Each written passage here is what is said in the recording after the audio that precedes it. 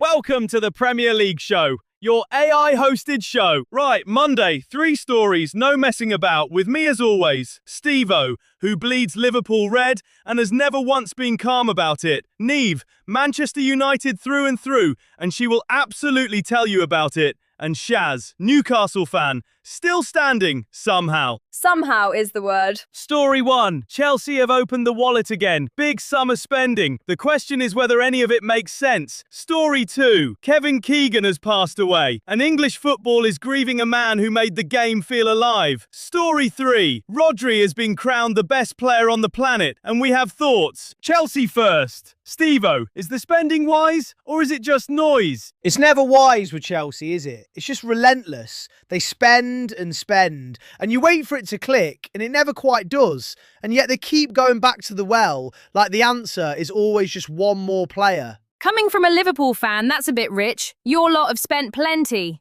and you don't exactly tear yourself apart over it. The difference is Liverpool tend to buy players with a plan behind them.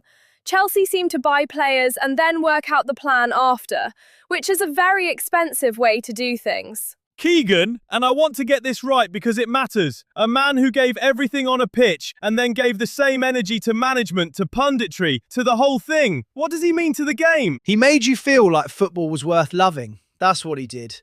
And that sounds simple, but it isn't. Most people in the game can't do it. I grew up watching him on the telly, and even as a kid you could feel it. The man just cared. Genuinely, properly cared. And that came through everything he did. Newcastle fans loved him in a way that doesn't really have an explanation. He walked in, the whole city changed. Rodri, best player in the world, officially. Stevo, Niamh, does that sit right with you? Hard to argue. You can try, but you end up looking a bit desperate. Rodri is the kind of player that makes everyone around him better, and that is the hardest thing to do in football. Right, let's do the results. Spain are World Cup winners. Rodri takes the golden ball, and Argentina go home with a final defeat that their press are calling honourable but painful. World Cup done, the dust is settling. Closer to home, Chelsea's window keeps moving. Morgan Rogers through the door from Villa, the deal confirmed, and the football world is still working out what Alonso actually wants his side to look like. That is your weekend in brief. Spain winning it the way they did, with Rodri running the whole thing from the middle. That is a team that just knew what they were doing from start to finish. Argentina will feel that one for a while. You don't get to finals that often, and losing by the 1 goal, that stays with you. And look, we cannot do this rundown without saying it once more and meaning it. Kevin Keegan is all over these results pages today. The tributes, the archive footage, the 1974 final. The game is remembering him properly. That 1974 final is everywhere today, and rightly so.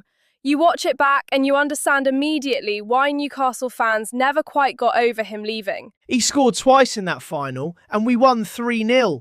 And I know we have talked about what he meant, but seeing those clips again today just hits different. It does not get old. World Cup wrapped. Chelsea spending. Keegan remembered. That is your Monday sorted. More coming up after the break.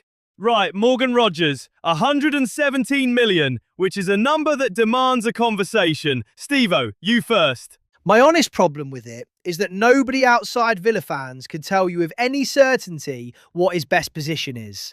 And Chelsea have just handed over a fee that would make your eyes water for that uncertainty. Stevo, Chelsea have been doing this for years, and they are still in the Champions League. So the method might be chaotic, but it is not obviously broken. Being in the Champions League does not mean the recruitment is good.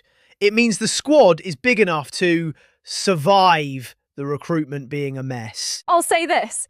If Newcastle spent that on a 23-year-old who had 1 good season, every pundit in the country would be calling it reckless, and we all know it. Niamh, is there a version of this where it actually makes sense as a piece of business? If Alonso has a specific idea of how Rodgers fits what he is building, then yeah, you pay the price before someone else does. That is just how the market works now. Right, let's stay with Keegan because I don't think we've actually settled the argument yet. Icon? Nearly man? Or is it genuinely both? Both is a cop-out, Casey.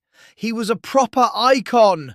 2 European Player of the Year awards, and he dragged Liverpool and Hamburg to things they did not do without him. Stevo, the nearly man tag does not come from the club career. It comes from every time he was handed a massive job and the wheels came off. You cannot just wave that away. The Newcastle thing in the 90s was not wheels coming off. That was a title race that could have gone either way, and everyone in the game knew it. From a Newcastle perspective, I'll tell you what the legacy is.